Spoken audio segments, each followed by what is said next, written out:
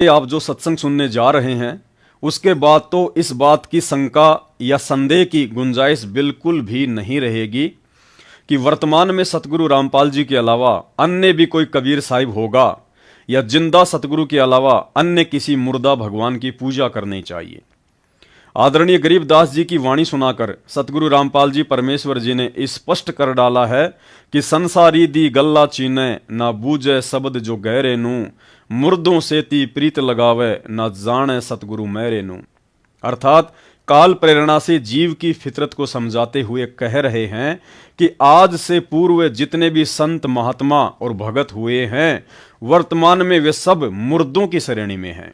जैसे आदरणीय गरीबदास जी, कबीर साहिब जी, पंडित चिदानंद जी, आदरणीय रामदेवानंद जी, हनुमान जी, श्री राम जी, श्री कृष्ण जी, हजरत मोहम्मद जी, ईसा मसीह आदि या अन्य काल पुजारी संत महात्मा। उन मुर्दों की पूजा करना, मुर्दों का गुणगान करना, मुर्दों के नाम पर भंडारे करना, मुर्दों की जयंतियां और प्रकट दिवस और बोध दिवस मनाना एक परंपरा बन गई है। जबकि जिंदा सतगुरु सामने प्रकट होकर सत्संग सुना रहा है, नाम उपदेश दे रहा है, आशीर्वाद दे रहा है, सौ सौ सुख प्रदान कर रहा है, लेकिन फिर भी यह आत्मा उन मुर्दों की पूजा को त्याग कर जिंदा सतगुरु को परमात्मा मानकर मन कर्म वचन से उसकी पूजा करने को तैयार नहीं होती है। सुनिए अनमोल सत्संग। अब क्या बताते हैं आदरणीय गरीबदास साहिब जी कि ये मन आत्मा अब रो रही है कि संसारी दी गल्ला जिन और न बूझे शब्द जो गहरे नू, इस गूढ़ ज्ञान को स्वीकार करता नहीं, न इसमें गहराई में जाता।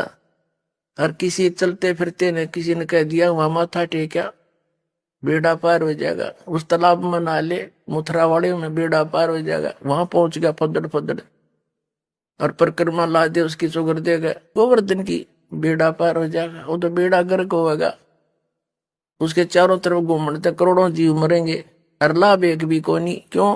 क्योंकि श्रीमद् भगवत गीता में कई प्रमाण है गोवर्धन के चक्कर लाइयो।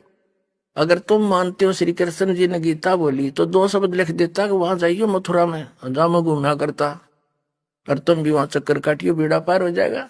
ये संसारी दी गल्ला है, आम व्यक्ति के बनाए हुए लोक वेद दंत कथा ये साधना है जो जीवन नाशक है। तो गरीबदास जी कहते हैं संसारी दी गल्ला चिन्ह उनकी बात मान ले, ना बूझे शब्द जो गहरे नू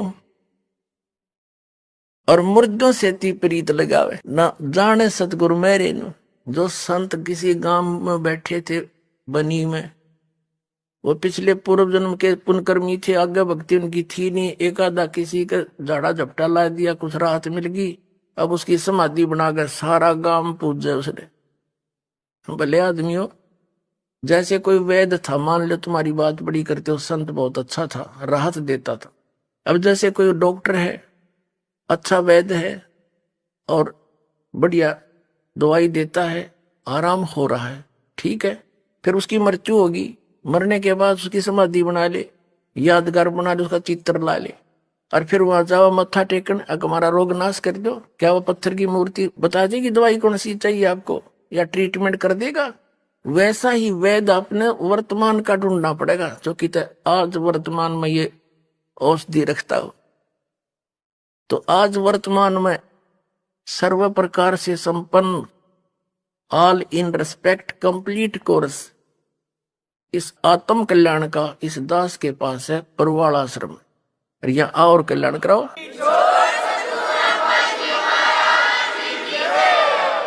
फिर क्या बताते हैं कि मुर्दों से ती प्रीत लगावे ना जाने सतगुरु मेरे नू।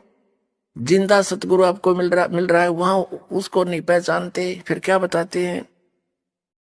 भाई और बहनों, अब आपके मन में शंका उत्पन्न हो सकती है कि पवन दास ने आदरणीय गरीबदास जी और कबीर साहिब जी को मुर्दा क्यों कह दिया।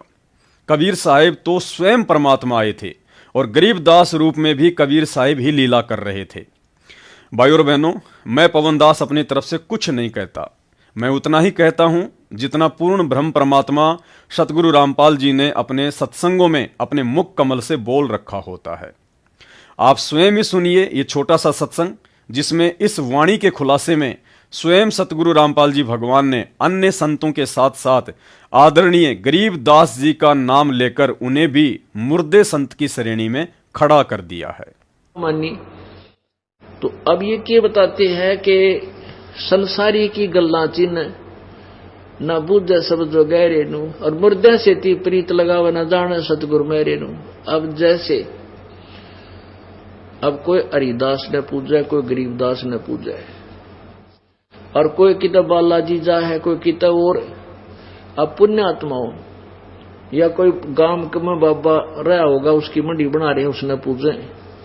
अब जैसे संत गरीबदास जी महाराज या हरिदास जी थे तो उस समय जो उनके संग में रहे उन्होंने उनको वो ज्ञान दिया, भक्ति दी, आशीर्वाद दिया और उनको लाभ दिया।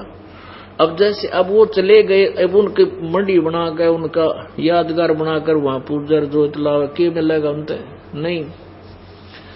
अब जैसे कोई वैद्य था और वो वैद्य नाड़ी देख कर और बता देता बीमारी को, रोग को, और बढ़िया औषधि देकर स्वस्थ कर देता था, बिल्कुल ठीक है। अब उसकी मृत्यु के बाद क्या किया है, उसकी चित्र बना दिया, मूर्ति बना ली पत्थर की और एक यादगार बना दी, नीचे उसका शरीर गाड़ दिया। अब वहां जाते हैं, जावे कोई उस वैद्य के पास और माथा टेक कर उसकी आरती करे, मेरा रोग काट दे, मेरा रोग काट दे, तो ना बोला पत्थर। वो वैद्य जो था ऐसा ही वैद्य जीवित ढूंढना पड़ेगा और वो रोग काटेगा। ऐसे ही परमात्मा यही बताना चाहते हैं कि जैसे वो संत थे गरीबदास और हरिदास जी जैसे, या थारे गांव में जोड़ड़ा बाबा जो पहले था, इसे संत जिंदे ढूंढने पड़ेंगे तब उन लाभ होगा, इन मुर्दों तो कुछ ना हो। तो ये क्या कह रहे हैं परमात्मा, समझाने के लिए उदाहरण दे रहे हैं कि संसारी दी गल्ला चिन्ह ना बुझे शब्द जो गहरे नू। संसारी दी गल्ला चिन्ह ना बुझे शब्द जो गहरे नू। मुर्दों से ती प्रीत लगावे न जाने सतगुरु मेरे नू। मैं तो दे दी बालम बैरे नू, मैं तो दे दी है बालम बैरे नू। श्वेत छतर शेर मुकुट। आशा करता हूं आपने सत्संग को ध्यान से सुना होगा।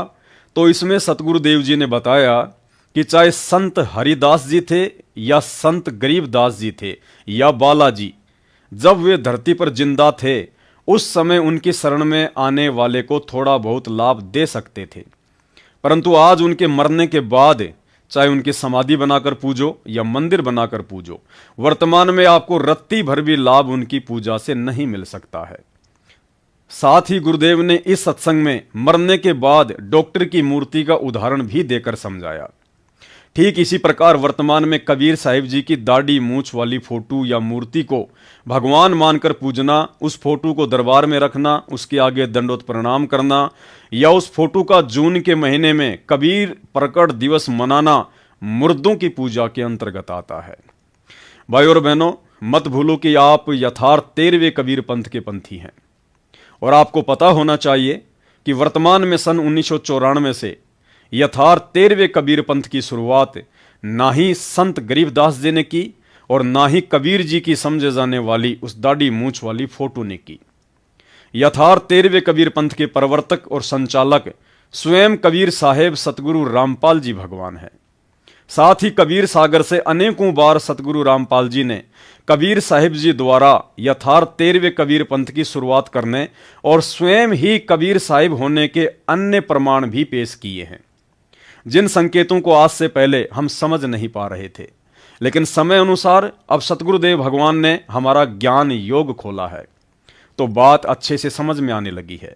यह सत्संग सुनकर आप भी समझने का प्रयास करें कि कबीर सागर के अनुसार यथार्थ 13वें कबीर पंथ की शुरुआत कौन करेगा और सन 1994 से जिस महापुरुष ने शुरुआत कर दी है वह महापुरुष सतगुरु रामपाल जी आखिर कौन है, स्वयं कबीर साहेब या एक सामान्य संत?